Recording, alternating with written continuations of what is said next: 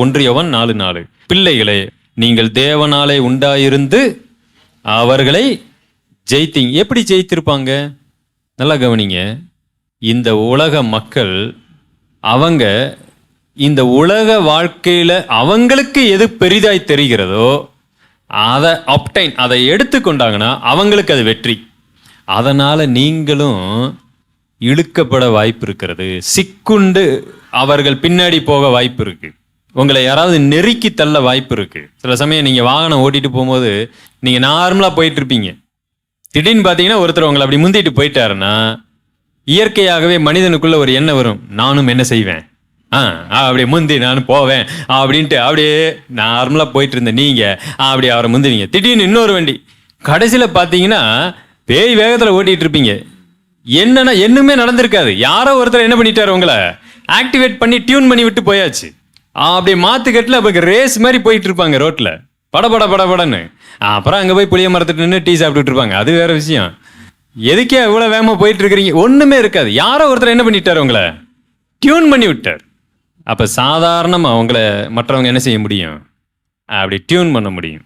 உங்கள் பக்கத்து வீட்டுக்காரங்க யாராவது வந்து, என்னது இப்படி பழைய ஃப்ரிட்ஜை வச்சுக்கிட்டு இருக்கிறீங்க, நல்லா தாங்க ஓடுது, உள்ள கை வைக்க முடியல, நல்லா சில்லா இருக்கு, இருந்தாலும் பாருங்க எத்தனை வருஷம் ஆச்சு, 20 வருஷம் ஆச்சு.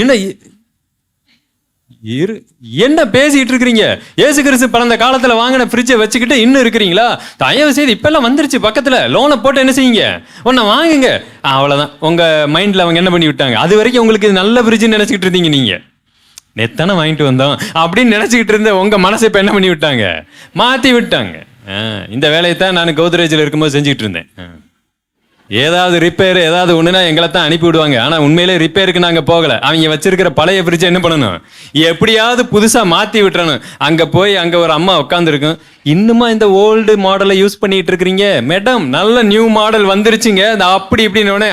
இந்த அப்பார்ட்மெண்ட்ல இருக்கிறவங்களுக்குலாம் பொறுக்கவே ஐயோ நியூ மாடல் வந்துருச்சா, இது ரொம்ப ஓல்டு, மற்றவங்க பார்த்தாலே தப்பா எடுத்துக்குவாங்க மேடம்னா போதும், முடிஞ்சு போச்சு, அவ்வளவுதான். அடுத்த நிமிஷம் 12,000 20,000 செக் போட்டு கொடுத்துருவாங்க. அப்பார்ட்மெண்ட் மாதிரி இடத்துக்கு போனா செக் போடாம நாங்க வர்றதே கிடையாது. எது அவங்கள தூண்டி விட்டுச்சு, நல்ல ஃப்ரிட்ஜ் தான், நல்லா இருக்கு. அது என்ன பண்ணுது, உன்னை தூண்டி விடு. இயற்கையாக நீங்கள் அடிமையாகி விடுகிறீங்க இந்த மாதிரி விஷயத்துக்கு. உலகத்துல மற்றவர்கள் ஒன்றை பார்க்க வேண்டும், உலகத்துல நான் என்ன செய்யணும், மேன்மையா தெரியணும், அது நன்றாக இருக்கிறது. யார் என்னை பற்றி என்ன நினைச்சா கவலை வேண்டாம், பக்கவா இருக்கியா, ஓகே அப்படின்னு நாம நினைக்கிறது இல்லை. இந்த மாதிரி சின்ன சின்ன விஷயத்துல உலகத்தான் உங்களை தூண்டி விட்டு எளிதாக உலகத்திற்குள்ளாக உங்களை என்ன செய்வான், மிங்கிள் பண்ணி விட்டுக்கிட்டே இருக்கிறான். அதுக்காக புது ஃப்ரிட்ஜ் வாங்குறது தப்பு இல்லை. இந்த போதகர் என்ன சொல்லிட்டாரு, அதனால தாங்க உங்களுக்கு கெட்டு போன புளிக்குழம்பை ஊற்றி விட்டுருக்கிறேன், கேட்டிங்களா, அவர் ஃப்ரிட்ஜ் வாங்க வேணாம்னு சொல்லிட்டாரு. ஐயோ நான் அப்படி சொல்லலை. தயவு செய்து நல்ல குழம்பை ஊற்றுங்க, நல்ல ரசத்தை ஊற்றுங்க, நல்ல ஃப்ரிட்ஜாக வாங்கி வைங்க. நல்ல ஃப்ரிட்ஜை தேவையில்லாமல் வாங்கி மாட்டிக்காதீங்க. அதைத்தான் நான் சொல்கிறேன். உலக மனிதர்கள் மத்தியில் இந்த மாதிரியான விஷயங்களுக்கு எளிதாக அவர்கள் அடிமைப்பட்டு கிடப்பாங்க. உலகம், worldly pleasure, worldly respect, worldly glory, இதுக்காக உலகம் தவித்து கொண்டிருக்கும். அதை யாராவது வாக்கு பண்ணிட்டா போதும், அவங்க பின்னாடி ஆட்டு மந்த மாதிரி அப்படியே எல்லாம் போய் விடுவார்கள். ஆனால் இந்த கூட்டத்தார் அவங்களை என்ன செஞ்சிருக்கிறாங்க, ஜெயித்திருக்கிறார்கள். எதை பற்றியும் கவலை இல்லை, பரவாயில்லன்னு சொல்லிடுவாங்க. ஏன்னா இவ்வளோ பழைய பைக்கை வச்சுக்கிட்டு இருக்கீங்க, பரவாயில்ல, எனக்கு கரெக்டாக தான் இருக்குது, எனக்கு நல்லா இருக்குங்க, எனக்கு இது போதுங்க அப்படின்னு ஒருத்தர் சொல்லிட்டா இன்றைக்கு அது பெரிய விஷயங்க. உங்கள் பிள்ளைய நல்ல ஒரு 4 லட்ச ரூபா பணம் கட்டி படிக்க வைக்க முடியாதா? இல்லைங்க, எனக்கு மாதம் 10,000 ரூபா தான் சம்பளம், அதனால தான் நான் கவர்மெண்ட் ஸ்கூலில் சேர்த்துருக்கிறேன். ஒருத்தர் அப்படி ஓப்பனாக சொல்லிட்டாருன்னா உண்மையிலே ஜெயிக்கிறாருன்னு அர்த்தம். அங்கே அவர் வெக்கப்பட்டுக்கிட்டு அதுங்க அந்த அப்படிங்க சொல்கிறதுக்கு வெக்கம், மாதம் எனக்கு கம்மியாக தான் சம்பளம் வருது, நான் அதனால தான் கவர்மெண்ட் ஸ்கூலில் வைத்திருக்கிறேன், எதுக்கு அதுக்கு வெக்கப்படணும்னு நான் கேட்குறேன். நீங்கள் வெக்கப்பட்டு கொண்டு அவரிடத்துல எதையோ ஒன்றை மாற்றி பேசி அவருக்கு எதையோ ஒன்றை புரிய வைக்கிறீங்க, பார்த்தீங்களா, அங்கேயே தோற்று போயிட்டீங்க. அடித்து சொல்லுங்க, எனக்கு இவ்வளோதாங்க சம்பளம், என் குடும்பத்தில் இதுக்குள்ளே நான் நடத்தணும், கடன் இல்லாமல் நடத்தணும்னா எனக்கு இந்த ஸ்கூல் தான் கரெக்டு, இந்த மாதிரி நான் அகலமான கால் வைத்து நான் எதையும் என் மனதை புண்ணாக்கி கொள்ள விரும்பவில்லை, எனக்கு என்ன இருக்கோ அதை நான் செய்திருக்கிறேங்கன்னு சொன்னா போதுங்க, அவருக்கு அப்படியே என்ன நெற்றி பொட்டில் நீங்கள் திருப்பி அடித்த மாதிரி இருக்கும். அவரே ஒரு புத்திமதிக்குள்ள போயிடுவாரு. கரெக்டு தானே அவர் செய்யறது, நீங்க கரெக்டா தான் நடந்துகிட்டு இருக்கிறீங்க, ஆனா அதை ஒத்துக்கொள்ள முடியல. ஏன்னா நீங்க உலகத்திற்குள்ள என்ன பண்ணிட்டு இருக்கிறீங்க, கொஞ்சம் கொஞ்சமா மிங்கிள் ஆயிட்டு இருக்கிறீங்க. அதை பார்த்து வெக்கப்பட்டு கொண்டிருக்கிறீங்க. உலக மேன்மையை பார்த்தும் உலக காரியத்தை பார்த்தும் ஃபர்ஸ்ட் நீங்க என்ன செய்யக்கூடாது, வெக்கப்படக்கூடாது. ஒருவேளை நீங்க குடிசை வீட்டில் இருக்கிறீங்க, வெக்கப்பட்டீங்கன்னா அவ்வளவுதான், நீங்கள் உலகத்தான் என்று அர்த்தம்.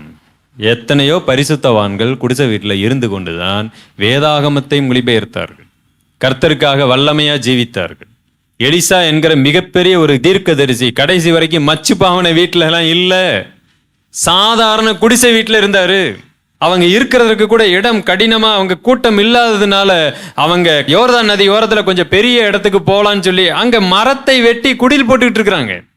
இஸ்ரவேல் தேசத்துக்கே வல்லமையான ஒரு தீர்க்கதரிசி எலிசா, அவர் வீடு எப்பேற்பட்ட வீடா இருக்கணும், குடிசை, சாதாரண குடிசை.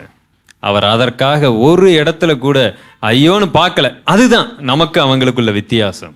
அதனால இவர் குடிசை வீடு போட சொல்லிட்டாரு அப்படின்னு நீங்க புரிஞ்சுக்கிட்டீங்கன்னா, செய்தியை கரெக்டா கேட்டு புரிஞ்சுக்கிட்டீங்கன்னு அர்த்தம். அந்த சபைக்கு போனா குடிசை வீடு போட சொல்லிடுவாங்க. ஐயா நான் அப்படி சொல்லல.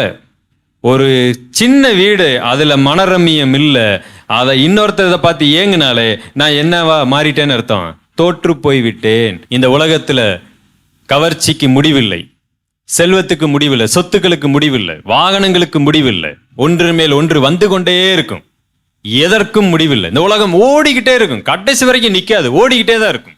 நீங்க நல்ல வேலை செய்யுங்க, நல்லா சம்பாதிங்க, நல்ல வீடுகளை கட்டுங்கள், நத்திங் ராங் இன் தட். அடிக்கடி நம்ம சொல்லுகிறது தான், தட்ஸ் நாட் அ விக்டரி. அது என்ன கிடையாது, வெற்றி இல்லை. உலகத்தை ஜெயிக்கிறது தான் வெற்றி. இன்னொரு கூட்டத்தார் இருக்கிறாங்க, பெரிய வீடு கட்டுவதின் மூலமாக நான் மற்றவர்களுக்கு கர்த்தரை சாட்சியாய் காண்பிப்பேன் பிரதர். நான் 4 மாடி வீடு கட்டிட்டேன், பென்ஸ் கார் வாங்கிட்டேன், மற்றவர்களுக்கு என்ன செய்ய போறேன், கர்த்தரை சாட்சியா அறிவிக்க போறேன். அப்படியா? அப்படி அறிவிக்க முடியுமா? இப்போ அம்பானி 23 மாடி கட்டி ஒரு வீட்டோட வருவார். அப்போ அவருக்கு முன்னாடி உங்க வீடு எப்படி இருக்கும், குருவி மாதிரி இருக்கும். அப்போ அந்த கடவுள் பெருசுன்னு ஒத்துக்கலாமா? அதை எப்படி பிரதர் ஒத்துக்க? ஆனால் அவர் 23 மாடி கட்டிட்டாரு, 7500 கோடி ரூபா போட்டு கட்டி வச்சிருக்கிறாரு வீட்டை. அதுக்கு என்ன பண்றது? அப்ப அந்த கடவுள் உண்மையான கடவுள்னு ஒத்துக்கலாமா? துபாயில போன ஷேக்குகள், இஸ்லாமிய கடவுளை நம்பக்கூடியவர்கள், புஜ்ஜி கலிப்பாவா வஜ்ஜி கலிப்பாவா, என்னையா கட்டடம், புஜ்ஜி கலிப்பாவா, என்னென்னமோ கட்டடத்தை எல்லாம் கட்டி வைத்திருக்கிறார்களே, அதெல்லாம் என்னது அது? அப்ப அந்த சாமி பெரிய சாமின்னு ஏன் ஒத்துக்க கூடாது? அப்ப எந்த அடிப்படையில நீங்க கடவுளை வெற்றியா காண்பிச்சுக்கிட்டு இருக்கிறீங்க? பெரிய கட்டடத்தை கட்டி கர்த்தருக்கு நான் சாட்சியாக பிரதர். என்ன சாட்சியா? நோ.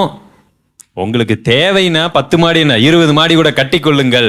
ஆனா அது வெற்றி இல்லை. கர்த்தருக்கு முன்பதாக அதை போய் ஒரு வெற்றியா, நான் மற்றவர்களை பார்த்தீங்களா இதன் மூலமாய் தேவனை நான் காமிச்சு கொடுக்க போறேன், யாரும் வரமாட்டாங்க. அப்படி ஒரு வேளை ஒருத்தர் வராருன்னு வைங்க, 10 மாடி கட்டடம் கட்டி கர்த்தரை மகிமைப்படுத்தி கட்டி இருக்கிறாரு அப்படின்னு சொல்லி ஒருத்தர் வந்தாருன்னா எதுக்கு வருவாரு? அவர் 12 மாடிக்கு வருவார். இவர் 10 மாடியை கட்டிய கர்த்தரை சாட்சியாக காமிச்சு அவர் எதுக்கு வந்திருப்பாரு? 12 மாடிக்கு வருவாரு. என்ன அவர் சம்பளம், மாதம் 20,000 சம்பளத்தை வச்சுக்கிட்டு 12 மாடின்னு ஆசை காமிச்சு நீங்க கூப்பிட்டு விட்டீங்க. கடைசி வரைக்கும் அவருக்கு அது வாய்ப்பே கிடையாது.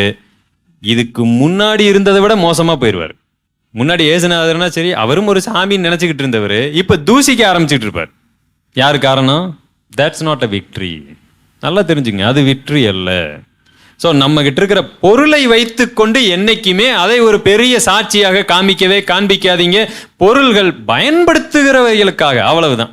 எனக்கு தெரிந்த ஒரு இங்கே தான் இருக்கிறாரு, அவர் ஒரு சபைக்கு போகக்கூடியவர் தான். நம்ம வீட்டில எல்லாம் ஒரு வாகனம் இருக்கும், 2 வாகனம் இருக்கும். அவர் வீட்டில் பார்த்தீங்கன்னா, வீட்டில் இல்லை அவருடைய எல்லாத்துலேயும் 24 பஸ் வச்சிருக்கிறாருங்க. அவர் ஒரு கர்த்தருடைய பிள்ளை தான். 24 பஸ் வச்சிருக்கிறாரு, 15 கார் வச்சிருக்கிறாரு. அவர் ஒரு ஸ்கூல் வச்சு நடத்திட்டு இருக்காரு. ஒரு ஸ்கூல் வச்சு நடத்தினா அத்தனை பஸ்ஸு தேவைதானே? இப்போ அதை வச்சுக்கிட்டு போய் சாட்சி சொல்றதா? யாருக்கிட்டும் இல்லாத அளவுக்கு என்னிடத்துல வாகனங்கள் இருக்கின்றன. என்னையா இருக்கு? 25 பஸ் வச்சிருக்கிறேங்க நான். தேவைக்காக நம்மளுடைய வீட்டில் எத்தனை வேண்டுமானாலும் இருக்கலாம். அதையெல்லாம் வச்சுக்கிட்டு என்ன செய்ய முடியாது? கர்த்தருக்காக சாட்சியெல்லாம் நிற்க முடியாது. உலக பொருள்கள் இப்போ வரலாம், வராமலும் போகலாம். நாம் வேலை செய்வதற்காக அவைகள் கொடுக்கப்பட்டிருக்கின்றன. That's it.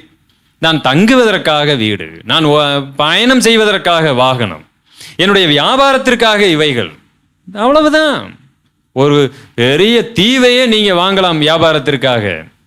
இது எதுவுமே பார்த்தீங்களா இப்படிப்பட்ட வியாபாரத்தை நான் செய்து கொண்டிருக்கிறேன், கர்த்தர் அப்படின்னு சொல்லி என்ன செய்ய முடியாது, காண்பித்து விட முடியாது. ஏன்னா அதை விட பெரிய வியாபாரத்தை உலக மனிதன் ஒருவன் செய்து கொண்டிருப்பான். ஆனா எதை வச்சு செய்ய முடியும்னா, உலகத்தை ஜெயித்து காண்பீங்க. உலகத்துக்கு அடிமைப்படாதீங்க. உலகத்துக்கு என்ன செய்யுங்க, ஜெயித்து காண்பீங்க.